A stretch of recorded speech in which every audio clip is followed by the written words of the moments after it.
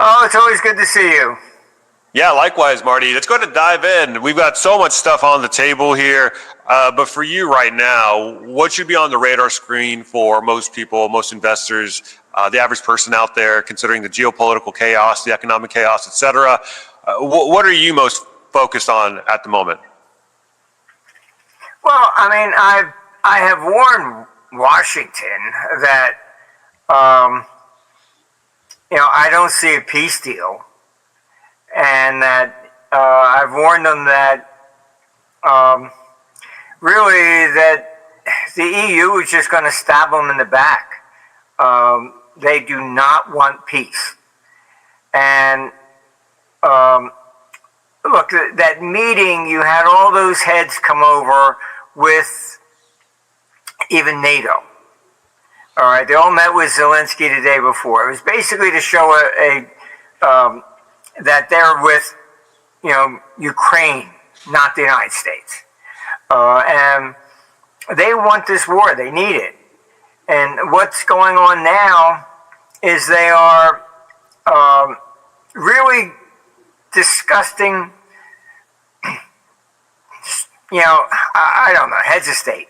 I've never seen such horrible people, honestly.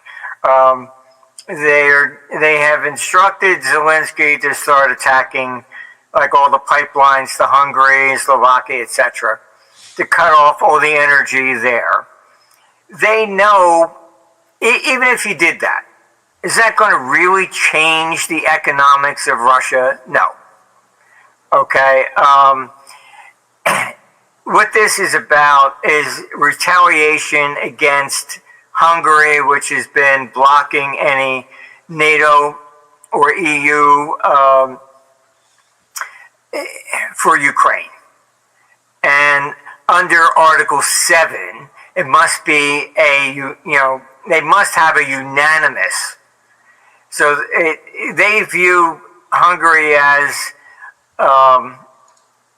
a thorn in their side. And they have given basically Zelensky the green light, and that's why recently he gave him an ultimatum: choose sides. Stop buying energy from Russia. What they're really trying to accomplish here is regime change in Hungary. That's what this is all about. Mm-hmm. They want, Orban gone. So this is just part of the whole escalation. If they can get him gone, then they would get, Ukraine into even NATO. They need war. Their economy is absolutely imploding. All right. You have everything that they did with the COVID, the climate change, and then the sanctions on Russia. The German economy is actually shrinking. So the number of possible jobs is declining. Only Germany and Japan are actually shrinking in size. All right. Then you have NATO demanding 5%. So you're looking at, an 8% of GDP that's completely negative. So Europe is going into a depression, basically, into 2028. That's what our computer's been showing. We have a recession, but they're going into a depression. And this is why they're desperate. This is what governments do. Yeah, here's the 30-year yield on the 30-year German bond. And it's been moving up consistently. Yeah, it's at a high not seen since 2011, so 14-year high. Yeah, look, this is everybody over there knows we're going into war. All right, why would you buy any bonds from any of these European governments? They're going to default. They always do. You can go on eBay and buy, the bonds that they defaulted on from World War I. That's why the gold has been moving from London and Zurich over to United States and some to Singapore. I warned our clients, look, get the hell out ASAP, because once that first bullet is shot, they're putting in capital controls. They're trying to do the CBDCs over there as soon as October, but wow, they're going to cancel the currency. I would say as soon as January, or certainly by March of next year. You had Spain already, so you can't take out more than 3,000 euros out of your account in cash without government permission. They'll just cancel the currency. This is what they always do. So what does that entail, canceling the currency? They do it routinely. They just say these old currencies, they're worthless. That's it. You got to exchange them for the new ones. But in this case, they're not going to give you new ones. It's going to be CBDCs.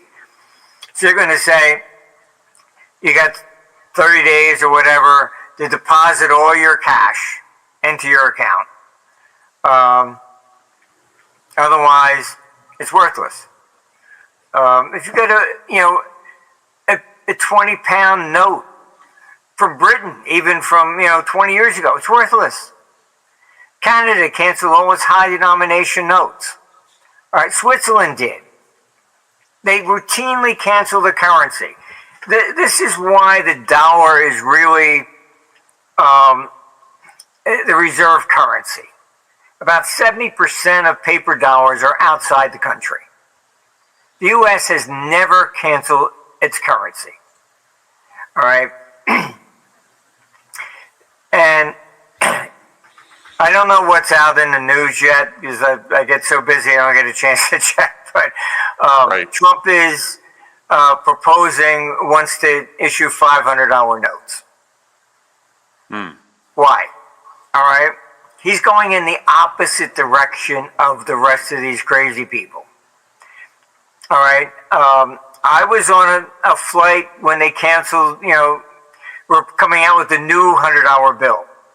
And they were running videos on international flights. We did not cancel the old ones. They're still good. All right? Because people outside the country think, oh, the old one's no longer good anymore. It's routine. Does that imply that they're anticipating inflation? Is that why they need higher denomination bills? No, most of them is outside the country. And once you move to CBDCs in Europe, the Fed has already said it's not going to. Trump has said he's not going to. Constitutionally, they cannot. They would need a search warrant to look at your account. This is why the only way around that is to allow the banks to do this. So the banks are creating these stable coins. But they're really war bonds. In 1863, what they did was you can look them up, they're called national currencies. And they're still valid. They told the banks to buy debt to fund the Civil War. To offset the deflationary aspect of it, they said, we'll allow you to issue paper currency against it, up to 90% of what you have. So the bonds were to be deposited with the Treasury, and they could issue the coin, the paper currency against it. So, you have a whole slew of banks in each one. The currency is the same design, but it then says like, Philadelphia Bank or New York Bank or whatever. So it was a clever way of funding the Civil War. The banks bought the debt, and then they issued currency against it. This is the Genius Act all over again. Mm-hmm. We issue the stable coins backed by U.S. government debt. All right, so under the Biden administration, these neocons, honestly, they all they ever look at is their own objective. They have no experience in world economy, anything. So you had Blinken, remove Russia from the SWIFT system. That was a red flag to the entire world. Then he had the audacity to threaten China. If you help Russia, we'll do the same to you. Really? China had 10% of our national debt, you idiot. So that created BRICS. All right? And this is why they did that. It was because, if we don't do what Blinken orders us to do, he'll remove us from SWIFT. Screw you. All right? So that created BRICS. Meanwhile, he threatened China. So China's been dumping debt. They, in $50 billion clips. All right? So now all of a sudden, to fund the U.S. national debt, if you threatened everybody outside, they're not going to buy. So you need a new buyer. What do we do? Stable coins. All right, so that's why I say they're war bonds. Because you basically, Blinken threatened everybody with a complete idiot without no understanding of what he would do to the world economy. So if you can't, sell new debt, that's when governments collapse. Because we're in these Ponzi schemes. You issue new debt really to pay off the old. It's rolling. Right. And debt to GDP levels could be any arbitrary level, just insofar as there's a buyer of the debt. Right. It's the ratio doesn't mean anything. The ratio in Japan is the highest. All right, but the Japanese government buys the debt itself. The holders of U.S. debt in Japan is not the government, it's the corporations as a hedge against their own government. I see. So sometimes you got to pick up the rug and look a little bit closer. It's and I mean we have a lot of clients in Japan. I know what they do. All right, it's they buy the U.S. debt against their own government. So if you look at it, that's why the debt to GDP ratio in Japan is so high. And everybody says, how can this constantly be going on? It's because the government buys everything. They had even in one press statement, the government bought 95% of the auction. Oh, that's a good thing? Means you couldn't sell it. Yeah. All right? I mean, well, but of course, the press spins it the other way. Oh, look at that. Japan's strong. It bought its own debt. It's fascinating you liken the stable coins to war bonds. Would you still say that metaphor holds true today? And does that imply that we are anticipating war down the line? And if that's the case, then with who? What our computer has been showing is that, yes, we're going into World War III for next year. Next year. But what you have to understand is that this is projecting more of a global contagion, not like us against them type thing. So all I can say, it's kind of like it's a contagion. Like Rome overthrew its Tarquin king in 509 BC. Within a few months, Athens says that's a good idea, and they overthrew their tyrants, and democracy was born. You look at American Revolution. All right, the French go, hey, that's a good idea. French Revolution, 1789. You know, Tiananmen Square happens. Berlin Wall falls a few months later. You know, and I remember them saying, oh, you know, it fell because of because of the communications are today. No, it's always been this way. I mean, how long did it take somebody from hop on a ship from Rome to reach Athens? You know, a week?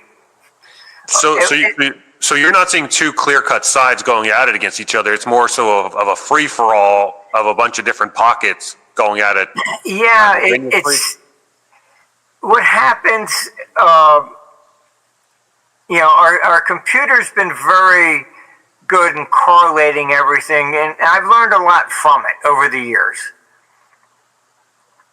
And war comes only during periods of economic stress. When everybody's doing fine, fat and happy, you don't see war. You know, turn the economy down, and then you get the problems. And they tend to be like look at the revolutions of 1848. Starts, you know, down in Sicily, all of a sudden it sweeps all of Europe. Even the German flag today is from that revolution. You know, it overthrew the French government. They become a contagion. I don't know how else to explain it, but it's like, hey, that's a good idea. They did that. We should give it a shot here. And so what you're seeing currently is wherever there were historical disputes, like Thailand, Cambodia, the last time, 1987, all of a sudden they're back at it. India, Pakistan, all right, same thing. You're looking at North versus South Korea. Russia sending troops in and Japan, you know, flexing its muscles. Taiwan. So you're looking at numerous conflicts, Middle East, that are not necessarily related to Ukraine. So it's that's why I mean it's more like a contagion. I don't know how else to explain it. But won't alliances be formed over time? Won't there be like an emergent alliance where this clusters to one side and another side? Wouldn't North Korea, China, Russia, I don't know, Venezuela, like wouldn't they all find common ground and just cluster as one opposing side to? Yeah, I mean that's if you get involved. Depends how the U.S. gets, you know, its back up here. In my discussions with DC, I was,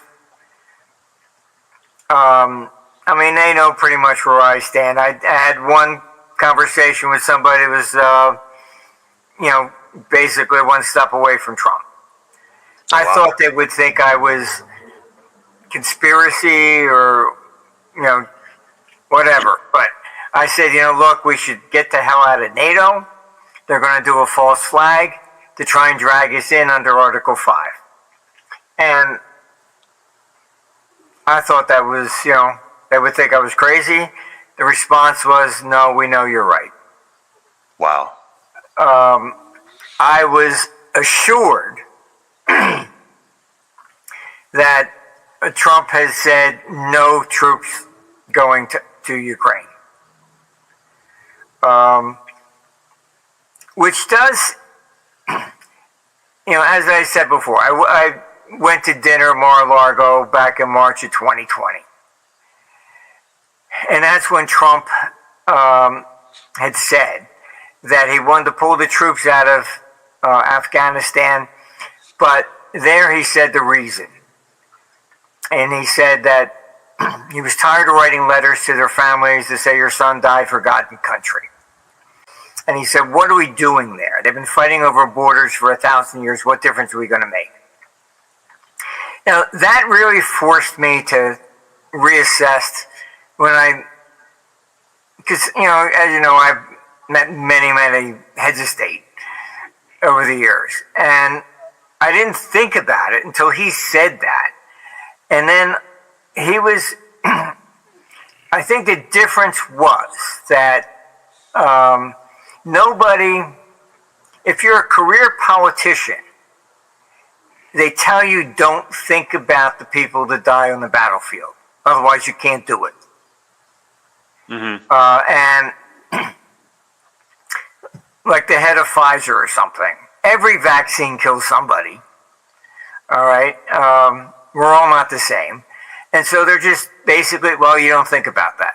Yeah, it's collateral damage. All right? You got to think about the greater good. Yeah. When they were doing the movie on me, I sat down in Munich, and Marcus Vetter's, co-producer Karen, she asked me, "How can you advise on trillion-dollar portfolios?" And I said, well, I just don't think about it. And then she said to me that she had interviewed some top brain surgeon in Germany. And he said once he thought what he was actually doing, that if he made any mistake, somebody wouldn't talk again or walk or whatever, he said he could no longer do it. And so I understand, that's what I mean. When Trump said he was tired of writing letters to families, he thought about it. And in contrast with everybody that I else met, including Maggie Thatcher, all right, they don't think about that. Yeah, they disassociate. It's collateral damage. You don't think about it, otherwise you can't do it. And that's true. Even myself, I've advised on the biggest portfolios in the world. Why? Because I can walk in, just say, yeah, do this, do that, whatever. Other people are like, oh my God, if I make the wrong thing and they lose $200 million, they can't do it. If you think about the money, you can't do it. That's why there aren't that many of us that were into really big numbers and international hedge fund manager. We would just call it, phone numbers. Because you say, buy me $1 billion of this, sell that, whatever. Then you go out to dinner, it's $300. It's you can't spend that kind of money. That's why we would just call it. It's just phone numbers. You can't even visualize what would that buy, because you can't spend it. Yeah. Well, $300 today would buy you a Big Mac and a large Coke. Yeah, that's true. But there's this difference that, and Trump, when he said that, made me see that that's the humanity in him, not the indoctrinated, career politician. Hey guys, quick pause from the podcast, but this is something I feel is really important to let you in on. Back in 2020, before I even started this channel, I was looking for an edge, a way to find the big opportunities most investors never even hear about. That's when I found Capitalist Exploits Insider. From day one, it felt like I suddenly had my own team of world-class market pros working for me, digging up trades all over the world, doing the deep research, and handing me ideas that had massive asymmetric upside. Stuff that I would never even think about. Since then, my gains with them have blown past the S&P and the NASDAQ, and it's honestly the single best newsletter I've ever subscribed to. And that's not me blowing smoke, that's for real. I've interviewed their publisher, Chris McIntosh, more times than I can count. In fact, my latest conversation with him is linked in the description box down below if you want to check that out, as well as a pinned comment. And every time, I'm reminded why I've stayed a member for years.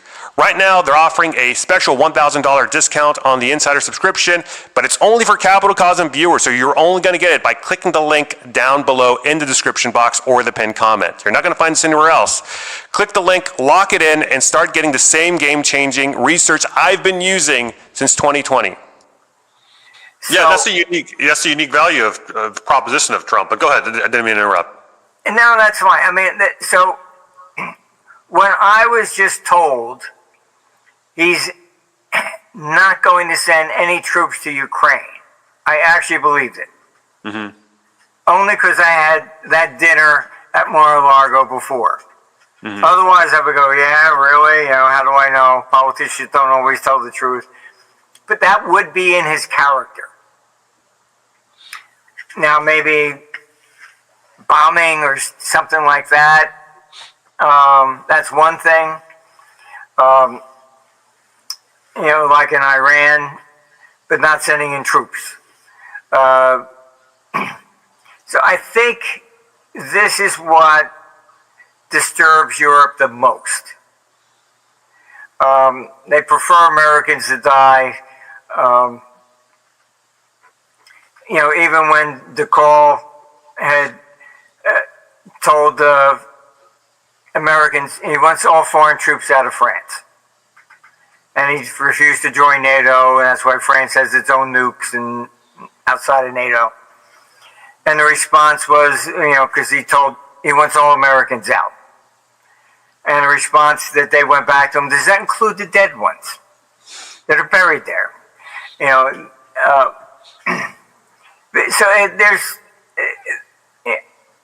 they have no problem for Americans to die to support their socialistic agenda. And I can tell you that this is what is the backdrop to the whole migrant crisis over there. I was just speaking recently with Romania. I can tell you the second election, Macron, I was told, physically went there to make sure the EU won.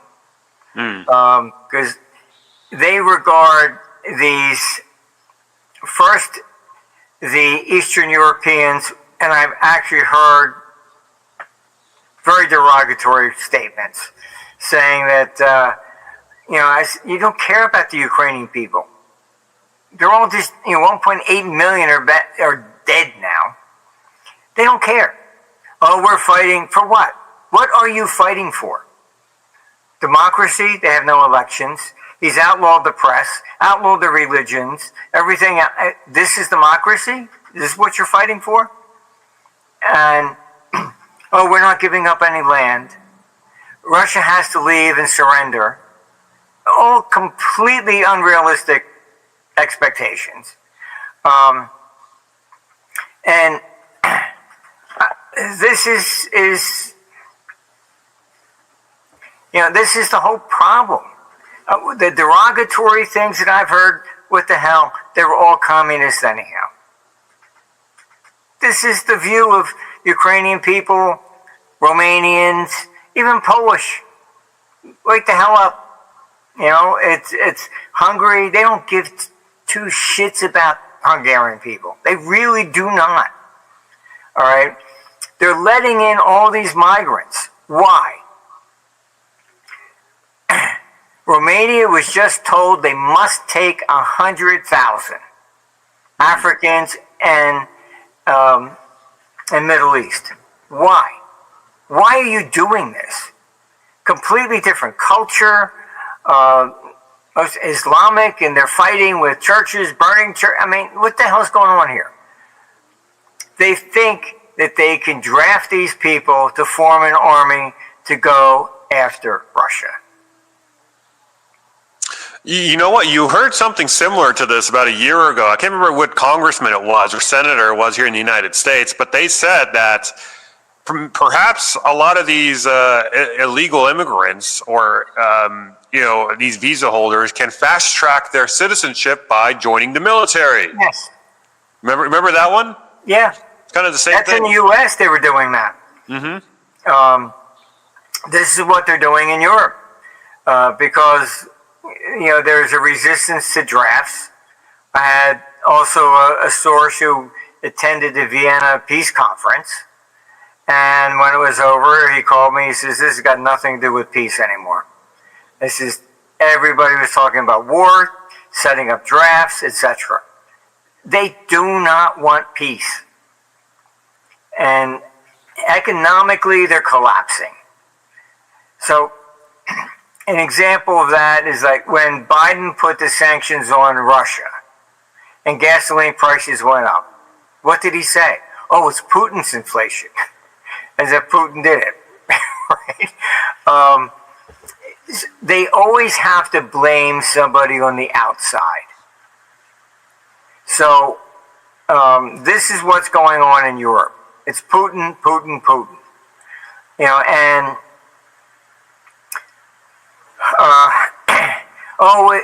if he wins Ukraine, he'll take the rest. Europe has got nothing that he wants, or Russia. All right, you have to buy all your energy from Russia. All right, forget gold. I mean, what do you have that would be of any benefit? Nothing. All right, you had, Hitler. All right, they had the Jewish conspiracy going after the Jews, and there was, the propaganda was that, communism was a Jewish conspiracy thing because of Trotsky, etc. So that was really the whole thing against Jews, supposedly, but it was really anti-Semite to begin with. But so this is really pretty much what it comes down to. That they need war. Hitler was more like besides the Jewish issue, what did he do? He confiscated all the art. He didn't bomb Paris because he thought it was pretty. So he wasn't trying to destroy it, just conquer it. And Putin has no interest in Europe. The Russian people aren't interested in doing that. Americans aren't interested in going to occupy Russia or China, and China, they're not interested in occupying. I mean, those ideas are 18th century, 17th century empire building nonsense. That's when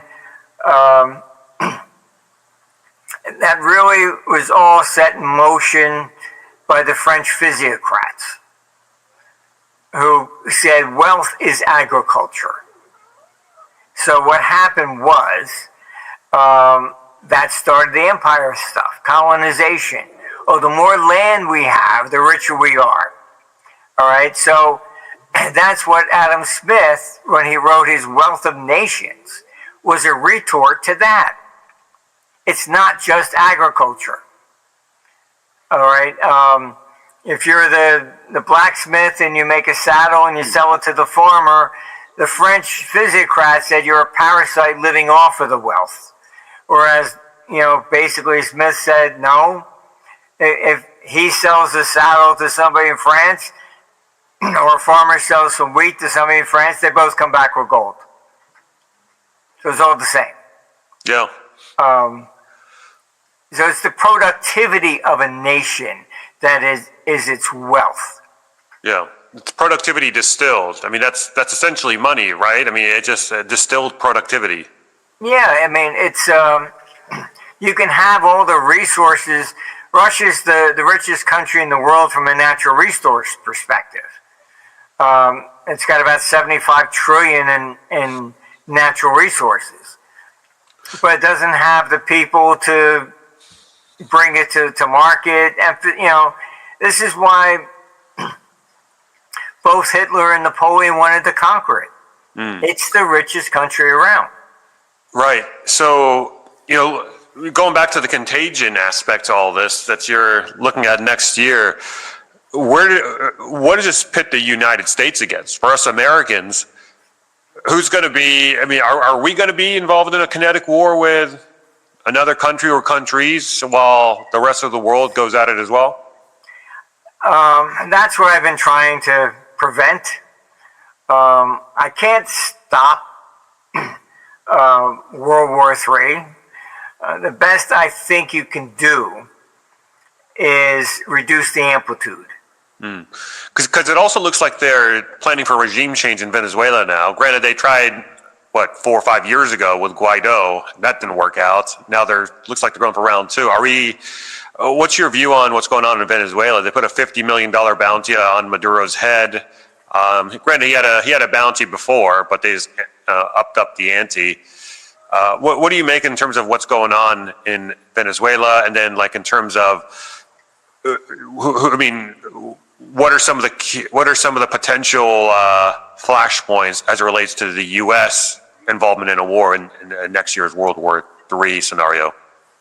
Well, the whole thing with Venezuela, Mexico, and Canada is over drugs. You know, there's more fentanyl coming in from Canada than there is from Mexico. But Trump is trying to stop that trade. He's actually doing the concerned about how many people are dying from it, etc. So that is, look, I mean, Venezuela was kind of like, Noriega, how much money can we make off the drug traffic? And I believe that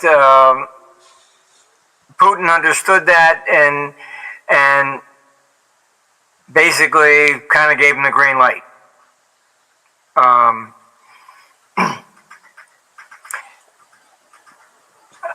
I'm trying my best to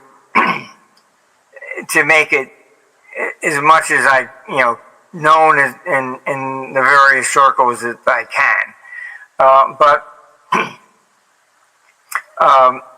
Putin is probably he's the smartest man at the table. I have the declassified documents from Clinton. Even he said when he met him, he says, "This guy's really smart." He's laid down so many red lines, and NATO has crossed every one.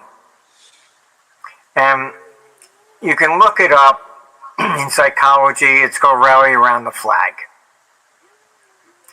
It's critical, like a false flag. You must get your opponent to attack you. Then psychologically, people will sign up. Like Pearl Harbor. After Pearl Harbor, then, okay, people volunteered to go into the army.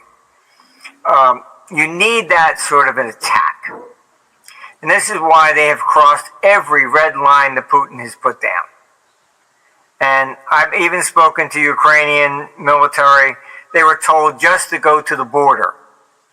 That order to invade Kursk came from MI6. All right. Okay, we'll invade Russia. That will force him to do so. And he didn't respond. You give long-range missiles, that's it. They give long-range missiles. He didn't respond. He knows where this goes. He knows it's World War III, if he does. And NATO's been trying to bait him all along. He took the bait initially to go into the Donbass.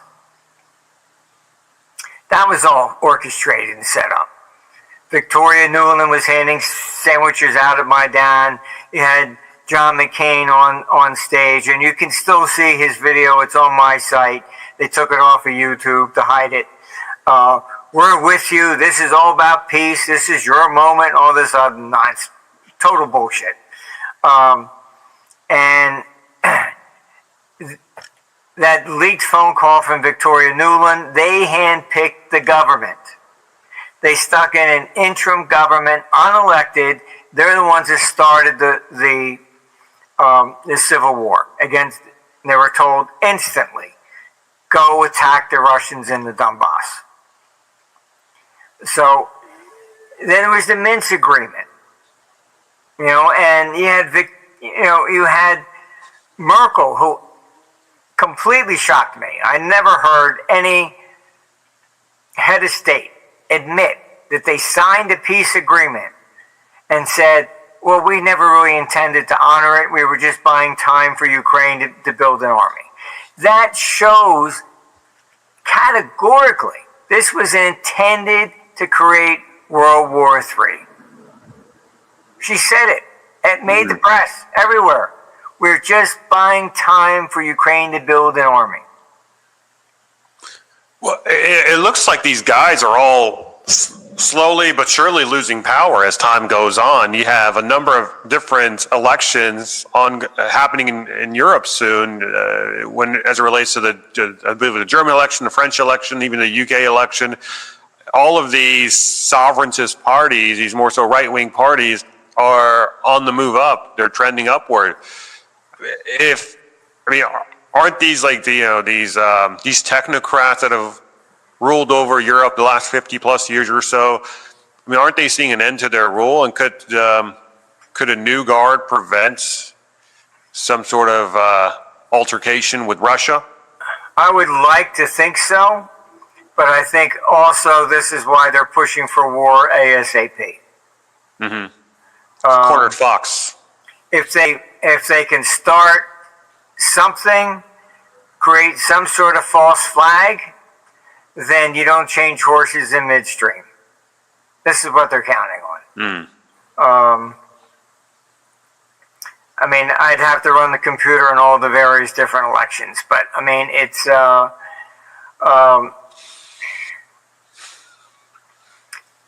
they're pretty, disgusting. Once you hand power to anybody, they don't want to give it back. That's why, George Washington started the Order of the Cincinnati. Cincinnatus was a general. He was given dictatorship for a year to save Rome during the Republican period, and then he handed back the power, went back to his farm. So they created, George Washington didn't want to become president until he surrendered the army. And I even have a document that was actually signed by him and General Knox, the Order of the Cincinnati. You can look them up. And it was in honor of that Roman general. Hand back power to show, see, I'm not going to hold it. Mm-hmm. All the rest of these people, they will fight tooth and nail to retain power. And look at NATO. NATO should have been shut down when communism fell. When the Warsaw Pact fell, they should have been closed. Their only purpose in life is war. I saw the internal memos. They were very upset because all the money was going to climate change. And those internal memos, what they were saying, how do we remain relevant? We only remain relevant by saying Putin wants to invade Europe. Mm-hmm. And if you be objective here, look at the propaganda. All right? They keep pushing the same narrative that was Khrushchev on Putin. Oh, he wants to take Europe. I was in D.C. I've been called in on some financial stuff for the Reagan administration. So I was there at the time when Russia and Gorbachev stood up and Reagan wanted to go meet him. And I know what was said because I was told. All right. They couldn't say he was a communist. So the neocon said, you can never trust a Russian. Reagan said, screw you, and he went. So this is the way they operate. If you look at all these heads of state in Europe, and I spoke to 3 countries, and I asked, has anybody picked up the phone and called Putin? Give me a name, please. None. Trump called Putin, and they were all upset. Why? Because these neocons tell them, never speak to the enemy. Why? Because if you speak to the enemy, maybe there might be peace. Right. We don't want peace. All right.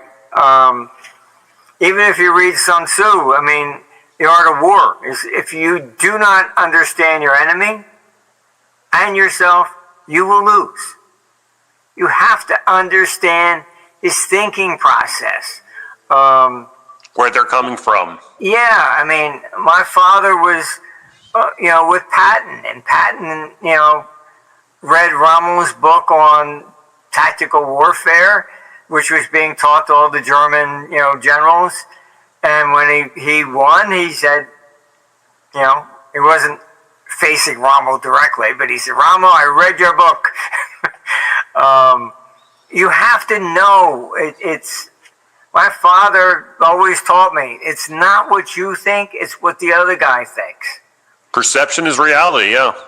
If he thinks, that he's going to respond according to what he believes. Mm-hmm. And that's the whole key. I had some people like, oh, you, because I appear on Russian TV too, and they, oh, I said, listen, if you do not talk to them, I like to hear what questions I'm being asked. It shows me their thinking process. I'm sorry, if you don't like that, that's tough shit, Yeah. That's a you problem in that case. Yeah, it's not that you agree or disagree, but you have to listen to what their reasoning and their thinking process is. Mm-hmm. Because everybody's going to perceive their enemy basically one way or another. Our neocons, oh, Putin wants to resurrect the USSR. No, he doesn't. The Russian people wouldn't accept that. Yeah. And Russia is billionaires. I mean, they allow for wealth accumulation, private property. Like, Russia is just as much of a capitalist nation as any other. Right. Maybe with China, for that matter. I mean, they have billionaires too. Yeah, China. I mean, I think they even have more than we do. But look, this is reality. When Yeltsin turned to Putin, he had over 75% approval rating. Why? Because he wasn't a communist and he wasn't an oligarch. And that's what the Russian people wanted. They didn't want to go back to communism. The same thing in Eastern Europe. I have friends there. No way. Not interested.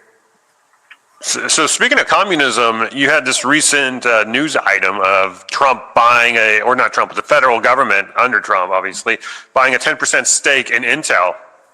And now you have a quote here today from Trump says, government will make deals like Intel stake, quote unquote, all day long. So it looks like there's more to come. I mean, what do you make of this? It looks like we're going to be looking at more of these type of deals coming down the pike.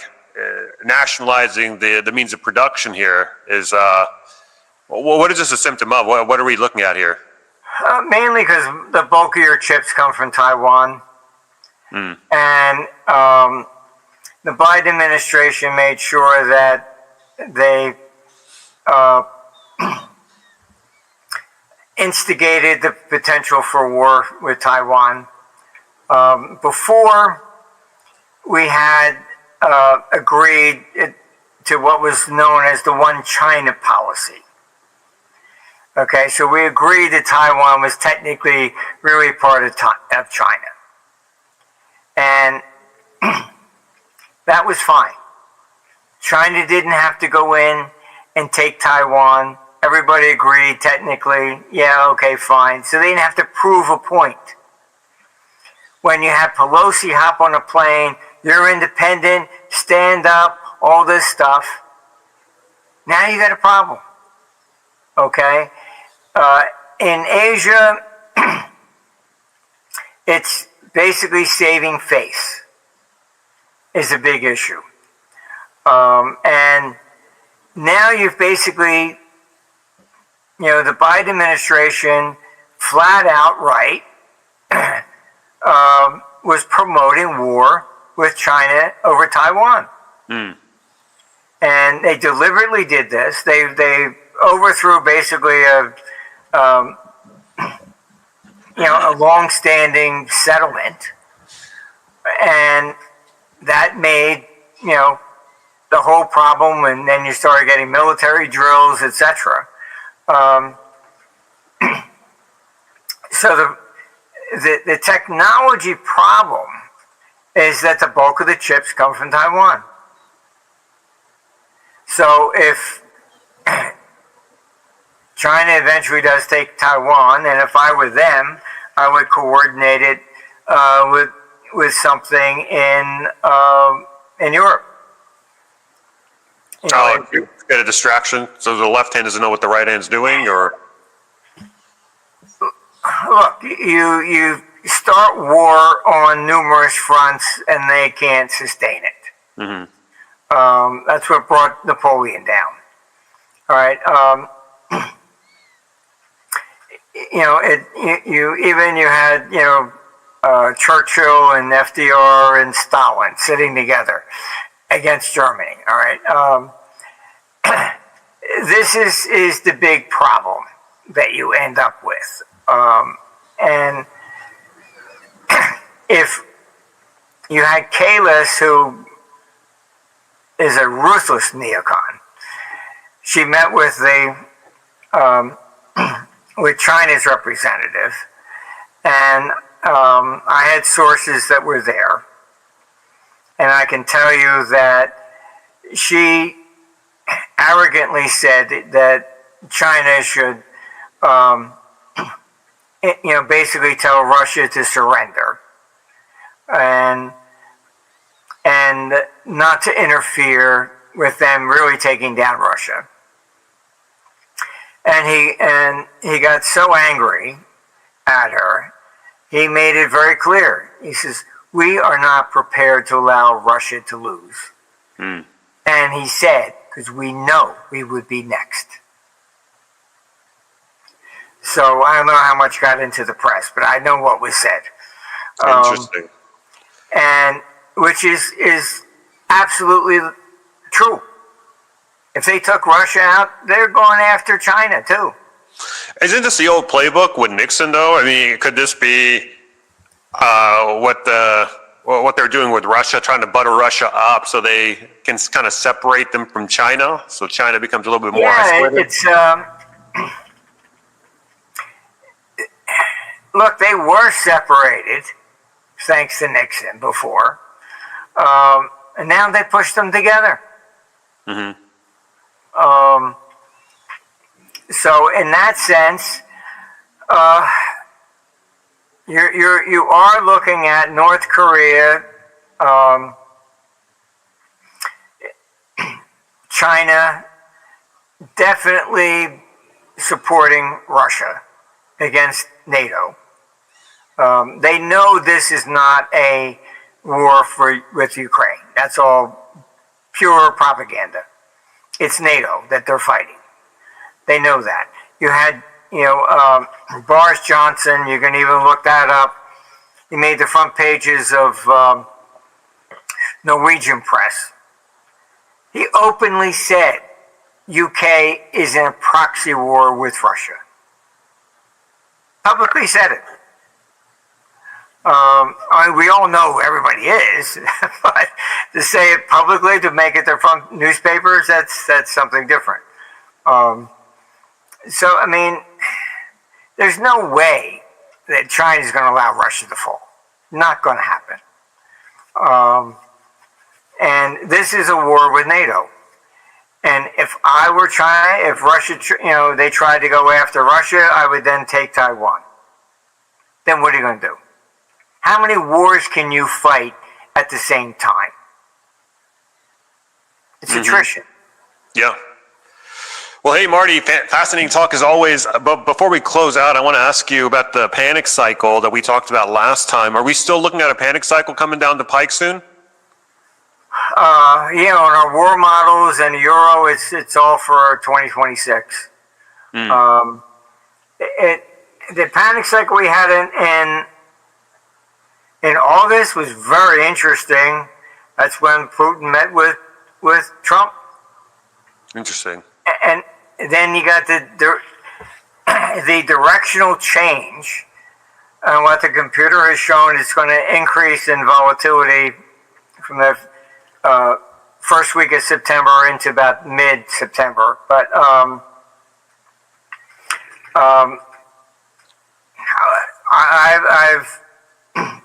I've warned Washington. Very nice. I'm glad you're coming to this conclusion. But Europe is going to stab you in the back. They have no intention of honoring anything you do in Alaska. They want war. You all of a sudden have Zelensky saying, "Oh, the Constitution forbids me giving up any territory." 1.8 million Ukrainians are dead. They're trying to hide that number. What are you fighting for?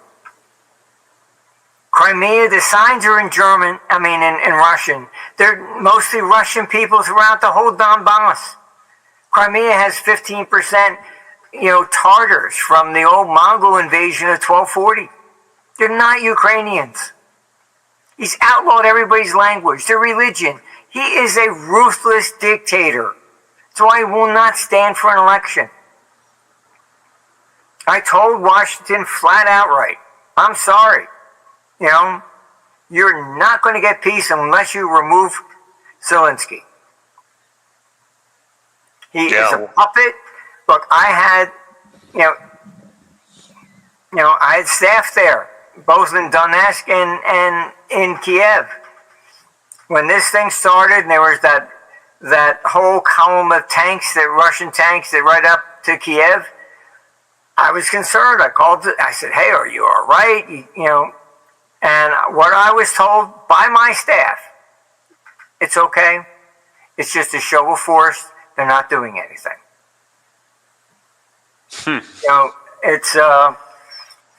Putin did not want to take all Ukraine. That's all bullshit too. Kiev was the first capital of the Rus, or the Russians. It was destroyed by the Mongols in 1240.